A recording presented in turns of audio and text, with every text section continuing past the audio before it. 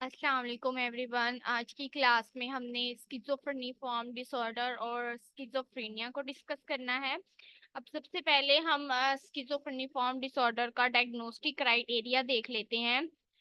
इसमें सबसे पहले वो कहते हैं कि टू और more of the following each present for a significant portion of time during 1 month period or less if successfully treated. At least one of these must be present, one, two or three.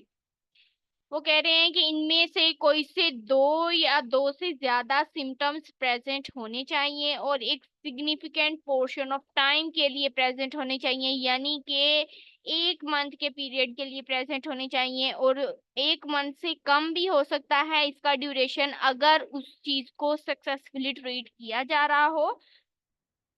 और इन्होंने जो नीचे symptoms दिए हैं 5, इनमें से कोई से दो या दो से ज्यादा सिम्टम्स प्रेजेंट होने चाहिए, लेकिन वो कह रहे हैं सिम्टम्स नंबर 1, 2 एंड 3, इन तीनों में से तो एक लाजमी होना चाहिए। अब ये तीनों क्या हैं? डिल्यूजन्स हैं, हमने ऑलरेडी डिल्यूजन्स को देख लिया था। हेलोसिनेशंस हैं, हेलोसिनेशंस को भी हमने देख लिया था कि क्या होती हैं हेलोसिनेशंस। उसके बाद आ जाती है हमारे पास डिसऑर्गेनाइज स्पीच। डिसऑर्गेनाइज स्पीच के बारे में मैंने आपको प्रीवियस क्लास में बताया था। अगर किसी ने अभी तक प्रीवियस क्लास की जो है ना वो वीडियो नहीं देखी है, तो वो प्रीवियस क्लास की पहले वीडियो देखें, उसके बाद उन्हें समझ आ जाएगी डिसऑर्गेनाइज स्पीच की। ग्रॉसली डिसऑर्गेनाइज्ड और कैटाटोनिक बिहेवियर, इसके बारे में भी मैं पहले बता चुकी हूँ। उसके बाद नेक्स्ट सिम्टम है नेगेटिव सिम्टम्स। नेगेटिव सिम्टम्स होने का क्या मतलब है? नेगेटिव सिम्टम्स का मतलब है डिमिनिश्ड इमोशनल एक्सप्रेशन, यानी कि उस पर्सन के जो इमोशनल एक्सप्रेशन है वो बिल्कुल ही खत्म हो जाए। कोई खुशी वाली बात है तो उस पर्सन के फेस से बिल्कुल नहीं पता चलेगा कि वो खुश हो रहा है, और कोई बहुत ज्यादा दुख वाली बात होगी तो उसके फेस से बिल्कुल नहीं, मतलब उसके इमोशनल एक्सप्रेशन नहीं होंगे किसी भी चीज को लेकर। किसी भी, जैसे हम हैरत के लिए जिस तरह के इमोशंस यूज करते हैं, कोई चीज हमारे लिए सरप्राइजिंग हो तो हम इमोशंस यूज करते हैं, तो इनमें ये इमोशंस जो है ना, इमोशन एक्सप्रेशन डिमिनिश हो जाते हैं, ये नेगेटिव सिम्टम्स में आएगा। उसके बाद उन्होंने कहा है कि an episode of the disorder last at least 1 month। अब उन्होंने यहाँ पे इसका मिनिमम और मैक्सिमम ड्यूरेशन बताया है कि क्या मिनिमम ड्यूरेशन होगा और क्या मैक्सिमम ड्यूरेशन होगा। ड्यूरेशन जो मिनिमम है वो 1 month है, लेकिन जो मैक्सिमम ड्यूरेशन है वो लेस देन 6 month है। आप लोग इस चीज को नोट कर लें। अगर आप हर मेंटल डिसऑर्डर को अच्छे से याद करना चाहते हैं ना, तो आप इसका सबसे आसान तरीका ये होता है कि आप इसके नोट्स प्रिपेयर करें। नोट्स में आप सबसे पहले तो उस मेंटल डिसऑर्डर के मेजर फीचर को नोट करें, उसके बाद उसका ड्यूरेशन, उसकी फ्रीक्वेंसी और उसकी इंटेंसिटी यानी कि एफआईडी मॉडल को नोट करें। इस तरह से आपके लिए आसानी हो जाएगी कि आप हर मेंटल डिसऑर्डर को याद रख सकेंगे और उसका ड्यूरेशन भी आपको याद रहेगा। ठीक है। उसके बाद वो कह रहे हैं क्राइटेरिया सी में कि किसी और मेंटल डिसऑर्डर के साथ इसके सिम्टम्स जो है ना वो आपने मिक्स अप नहीं करने हैं।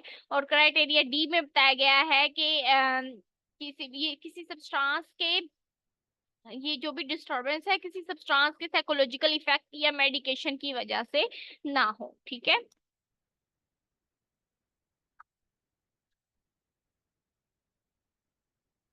उसके बाद नेक्स्ट हमारे पास आ जाता है स्किज़ोफ्रेनिया। ठीक है। स्किज़ोफ्रेनिया जो है ना वो सबसे ज्यादा कॉमन और सबसे ज्यादा जो है ना सिवियर पाया जाने वाला जो है ना मेंटल डिसऑर्डर है। और इसमें सिवियरिटी इतनी ज्यादा होती है क्योंकि इसमें साइकोटिक फीचर्स होते हैं। और साइकोटिक फीचर में क्या होता है कि रियलिटी के साथ जो है ना पर्सन का, इंडिविजुअल का रियलिटी के साथ कांटेक्ट खत्म हो जाता है। अच्छा, कुछ मेंटल डिसऑर्डर्स जो है ना वो न्यूरोटिक हैं और कुछ मेंटल डिसऑर्डर्स जो है ना वो साइकोटिक हैं। साइकोटिक और न्यूरोटिक में बेसिकली फर्क ये होता है कि न्यूरोटिक में इंडिविजुअल का रियलिटी के साथ कांटेक्ट रहता है, नो डाउट उसके बिलीफ जो है ना वो इरेशनल होते हैं, लेकिन वहां पे रियलिटी के साथ इंडिविजुअल का कांटेक्ट रहता है। लेकिन साइकोटिक में क्या हो जाता है कि इंडिविजुअल का रियलिटी के साथ कांटेक्ट बिल्कुल खत्म हो जाता है, उसको रियल दुनिया से कोई कंसर्न नहीं होता, उसको रियल चीजें वो लग रही होती हैं जो उसके माइंड में चल रही होती हैं। ठीक है। अब इसका डायग्नोस्टिक क्राइटेरिया देख लेते हैं। क्राइटेरिया ए में इन्होंने वही बात कही है कि इनमें से कोई से दो या दो से ज्यादा सिम्टम्स प्रेजेंट होने चाहिए, और एक सिग्निफिकेंट पोर्शन ऑफ टाइम के लिए होंगे, जैसा कि उन्होंने बताया कि 1 मंथ का टाइम पीरियड होगा, और अगर 1 मंथ से लेस भी हो सकता है अगर इस चीज को टाइम पे और सक्सेसफुली ट्रीट किया जाए। और इन्होंने कहा है कि सिम्टम नंबर 1, 2 और 3 इन तीनों में से कोई सा एक सिम्टम लाजमी होना चाहिए, और दूसरा सिम्टम बेशक इन्हीं में से हो या फिर नीचे वाले जो दो सिम्टम्स है उनमें से हो जाए, ठीक है। नंबर 1 पे है डिल्यूजन्स, नंबर 2 पे है हेलोसिनेशंस, नंबर 3 पे है डिसऑर्गेनाइज्ड स्पीच, नंबर 4 पे है ग्रॉसली डिसऑर्गेनाइज्ड और कैटाटोनिक बिहेवियर, और नंबर 5 पे है नेगेटिव सिम्टम्स। ये सारी चीजें मैं आपको जो है ना एक्सप्लेन कर चुकी हूँ कि किस तरह से जो है ना ये सिम्टम्स होंगे।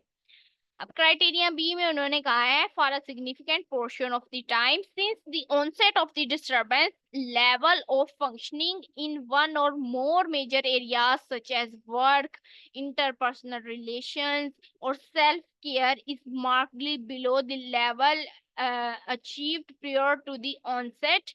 um, वो कह रही हैं कि जो है ना, जब ये सिम्टम्स जो है ना, जब इसका ऑनसेट होगा, ये डिस्टरबेंस स्टार्ट होगी, तो इंडिविजुअल की जो फंक्शनिंग है ना, वो किसी एक एरिया में बहुत ही ज्यादा डिस्टर्ब होनी चाहिए। और ये जो स्किज़ोफ्रेनिया वाले होते हैं इनकी ज्यादातर डिस्टरबेंस कहाँ पे होती है? सेल्फ केयर पे। ये लोग बिल्कुल भी अपनी सेल्फ केयर नहीं करते हैं। इवन के आप इन लोगों को देखेंगे कि इन्हें अपने फेस, मुंह तक जो है ना ये लोग नहीं धोते हैं। इतनी ज्यादा ये चीज इनकी डिस्टर्ब होती है कि बिल्कुल सेल्फ केयर नहीं करते हैं बिल्कुल भी। या तो उनके इंटरपर्सनल रिलेशनशिप्स डिस्टर्ब होंगे, और वो भी होते हैं। सम टाइम ऐसा होता है किसी एक सेटिंग में इस तरह से डिस्टरबेंस होती है, लेकिन अक्सर औकात जब ये सिम्टम्स बहुत ज्यादा बढ़ जाते हैं, सिवियरिटी हो जाती है इनमें, तो इंडिविजुअल की वर्क लाइफ में डिस्टरबेंस आ रही होती है, उसके जो इंटरपर्सनल रिलेशनशिप्स हैं, इवन कि इनके जो अपने फर्स्ट डिग्री रिलेटिव्स होते हैं उनके साथ भी इनके रिलेशनशिप अच्छे नहीं होते हैं, उनके बारे में भी इन्हें सस्पिशियसनेस होती है, और ये लोग जो है ना सेल्फ केयर बिल्कुल भी नहीं करते हैं। उसके बाद क्राइटेरिया सी में बताया गया है continuous science of the disturbance persist for at least 6 months. अब यहाँ पे स्किज़ोफ्रेनिफॉर्म में अब सारे सिम्टम्स सेम आ रहे हैं, लेकिन स्किज़ोफ्रेनिया में ये डिफरेंस है कि यहाँ पे जो है ना इंडिविजुअल जो है ना इतना ज्यादा सिम्टम्स वेयर हो जाते हैं कि वो उसके तो एक तो इंटरपर्सनल रिलेशनशिप डिस्टर्ब हो रहे हैं, और एक सेल्फ केयर जो है ना वो नहीं कर रहा है इंडिविजुअल अपनी। तो ये एक मेजर डिफरेंस आ जाता है स्किज़ोफ्रेनिफॉर्म में और स्किज़ोफ्रेनिया में। और उसके बाद एक और मेजर एफआईडी मॉडल का जो है ना, आपने एफआईडी मॉडल का मैंने आप लोगों को स्टार्ट में ही बताया था, तो एफआईडी मॉडल का डिफरेंस आ जाता है इसमें, यानी कि उसकी फ्रिक्वेंसी, उसकी इंटेंसिटी और ड्यूरेशन स्किज़ोफ्रेनिया की और स्किज़ोफ्रेनिफॉर्म की एक दूसरे से डिफरेंट है। अब वहां पे जो हमने ड्यूरेशन देखा वो मिनिमम जो है ना वो 1 मंथ देखा, और मैक्सिमम जो है ना वो लेस देन 6 मंथ देखा। लेकिन यहाँ पे जो ड्यूरेशन है स्किज़ोफ्रेनिया का, ये मिनिमम जो है ना वो 1 मंथ है, और मैक्सिमम जो है ना वो 6 मंथ है, ठीक है। और मोर देन 6 मंथ भी हो सकता है। उसके बाद वो कह रहे हैं कि ये जो भी सिम्टम्स डिस्टरबेंस आ रही है किसी और मेंटल डिसऑर्डर के साथ, आपने इसको जो है ना मिक्सअप नहीं करना है, और ये जो डिस्टरबेंस है किसी सब्सटेंस के साइकोलॉजिकल इफेक्ट या किसी मेडिकेशन कंडीशन की वजह से ना हो। और क्राइटेरिया एफ में वो कह रहे हैं कि अगर जो है ना ऑटिज्म स्पेक्ट्रम डिसऑर्डर या कम्युनिकेशन डिसऑर्डर की हिस्ट्री मौजूद हो, यानी कि क्योंकि ऑटिज्म स्पेक्ट्रम डिसऑर्डर और कम्युनिकेशन डिसऑर्डर चाइल्डहुड डिसऑर्डर हैं, यानी कि न्यूरो डेवलपमेंटल डिसऑर्डर हैं, तो अगर उसका कोई ऑनसेट जो होगा, तो an additional diagnosis of schizophrenia is made only if the predominant delusions और हेलुसिनेशन। तो वो कह रही हैं कि यहाँ पे हम एक एडिशनल डायग्नोसिस स्किज़ोफ्रेनिया का देंगे, बेशक उसको जो है ना चाइल्डहुड डिसऑर्डर है, न्यूरो डेवलपमेंटल डिसऑर्डर है, लेकिन हम अगर वहाँ पे जो है ना डिलीजन्स और हेलुसिनेशन प्रीडोमिनेंट हो रही हैं, तो हम वहाँ पे एक एडिशनल डायग्नोसिस स्किज़ोफ्रेनिया का भी देंगे। और इसका जो ड्यूरेशन है वो 1 मंथ होना चाहिए, यानी कि 1 मंथ तक ये सिम्टम्स इंडिविजुअल में शो होने चाहिए। और अगर यानी कि अगर इनको शुरू में ही इन सिम्टम्स को ट्रीट किया जा रहा हो सक्सेसफुली, तो इनका जो ड्यूरेशन है वो लेस देन 1 मंथ होना चाहिए एटलीस्ट। ठीक है, फिर हम इसको एक एडिशनल डायग्नोसिस देंगे।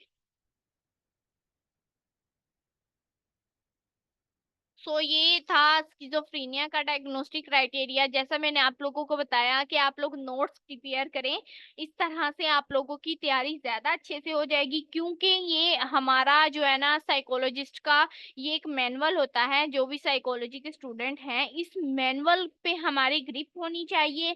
जितनी ज्यादा हमारे इस मैनुअल पे ग्रिप होगी, हमारे लिए डायग्नोसिस करना उतना आसान होगा।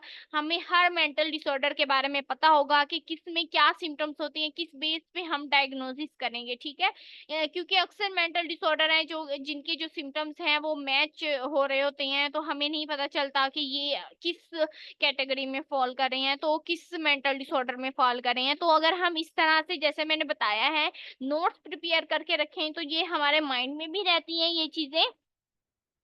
और हम जो है ना with the passage of time इनकी अगर रिवीजन करते रहे उन्हीं नोट्स की, तो हम अच्छे से जो है ना इस पे ग्रिप कर सकते हैं। ठीक है, और वीडियोस को ज्यादा से ज्यादा शेयर किया करें अपने दोस्तों के साथ, ताकि जो है ना वो भी फ्री कोर्स से जो है ना लर्निंग कर सकें।